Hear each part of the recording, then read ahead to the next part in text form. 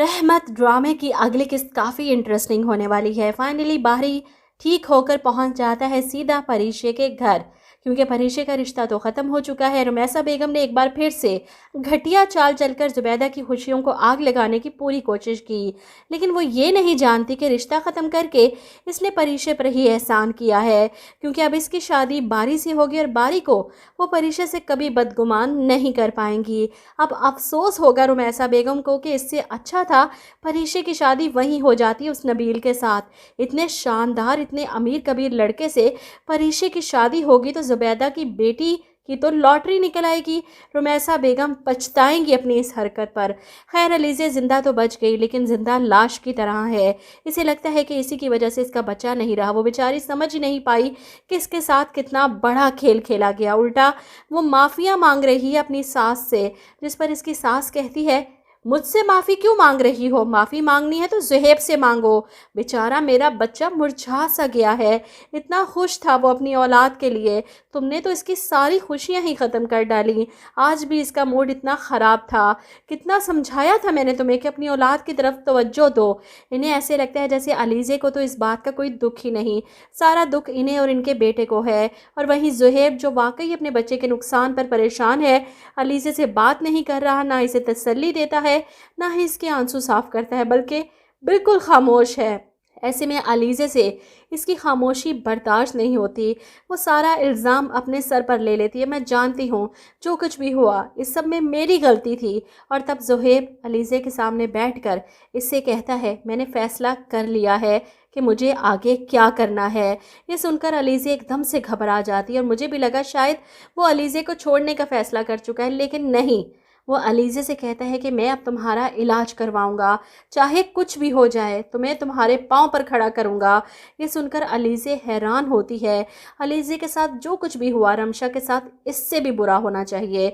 सब नज़र आ रहा है कि इसका अंजाम क्या होगा। अपनी औलाद को छोड़ कर आती है ना रोज़ाना यहाँ साजिशें करने अपने भाई के घर। अपने शोहर की फ़िक्र इसे है नहीं, भाई की दूसरी शादी करवाना चाहती है। इसका शोहर दूसरी शादी कर चुका होगा और इसकी बेटी गिरेगी सीढ़ियों से, और डॉक्टर बताएंगे कि इसकी हालत काफ़ी क्रिटिकल है। और ये सुनकर रमशा के पैरों तले से ज़मीन खिसक जाएगी। इसने अलीज़े से इसका बच्चा छीना, आज इसके बच्चे की ज़िंदगी दांव पर है। वो अलीज़े के पाँव पकड़ लेगी, माफ़िया मांगेगी कि माफ़ कर दो मुझे, मैंने तुमसे तुम्हारी औलाद को छीन लिया, अल्लाह ने मुझे मेरी औलाद की तरफ से आजमाइश में डाल दिया। इसका सच ज़ुहैब और अलीज़े के सामने आएगा। अलीज़े इसे माफ़ कर देगी और इसके बाद इसकी बेटी की ज़िंदगी तो बच जाएगी, लेकिन वो कभी चल नहीं सकेगी। और यही इस औरत की सज़ा होगी। हाथ जोड़ जोड़ कर माफ़िया मांगेगी अलीज़े से कि मैंने तुम्हारी बीमारी का मजाक उड़ाया, तुम्हारा बच्चा तुमसे छीन लिया, तुम्हारी मजदूरी को मजाक बना दिया, अल्लाह ताला ने मुझे सज़ा दे दी। इसका अंजाम तो कब से मेरी आंखों के सामने आ रहा है कि यही होगा जब इसकी अपनी बच्ची व्हीलचेयर पर आएगी सारी ज़िंदगी के लिए, तब इसे एहसास होगा अलीज़े के दुख का। वहीं दूसरी तरफ बारी, जो हॉस्पिटल से घर वापस आ चुका है, शयान साहब इसके सामने शर्मिंदा हैं, डरते हुए इसके कमरे में भी आते हैं तो बारी अपना मुंह फेर लेता है। वो इनकी शक्ल भी नहीं देखना चाहता है। ऐसे में वो मिनाल को भेजती हैं कि तुम बारी से बात करो, इसे कहो कि वो टेंशन ना ले, डॉक्टर ने मना किया है। लेकिन बारी तो अब इनकी किसी भी ट्रैप में नहीं आने वाला। वो मिनाल से कहता है कि वो इंसान जो खुद को मेरा बाप कहता है, एक ही छत के नीचे रहते हैं हम, मेरे साथ वो इतनी बड़ी गेम कर जाता है और तुम कह रही हो कि मैं टेंशन ना लूँ।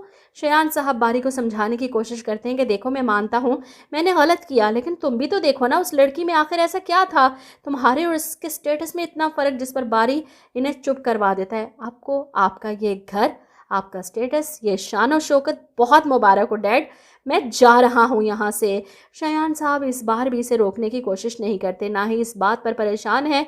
हॉस्पिटल में तो बड़ा मिनाल से कह रहे थे कि मैं बारी की खुशियाँ इसे वापस लौटाऊंगा, लेकिन घर आते ही मुकर जाते हैं और इसी वजह से बारी घर छोड़कर चला जाता है। मिनाल बारी के इस तरह जाने पर रो रो कर हलकान हो रही है, लेकिन शयान साहब मुतमईन बैठे हैं, क्योंकि इन्हें पूरा यकीन है कि बारी इनके बगैर कुछ भी नहीं, और बारी के खाली हाथ देखकर वो लड़की से घास भी नहीं डालेगी। और शायद इसी तरह बारी के सर से परीक्षे का भूत भी उतर जाएगा। वो अभी भी पूरी उम्मीद है।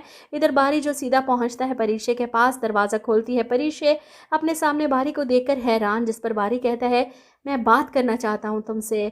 ڈیڈ نے تمہارے ساتھ جو کچھ بھی کیا مجھے وہ سب پتہ لگ گیا ہے. تمہارے دکھ اور تکلیف، تمہاری خاموشی نے مجھے توڑ کر رکھ دیا ہے پریشے. وہ اپنی تکلیف پریشے کو بتانے کی کوشش کرتا ہے اور پریشے اس کے منہ پر دروازہ بند کر دیتی ہے.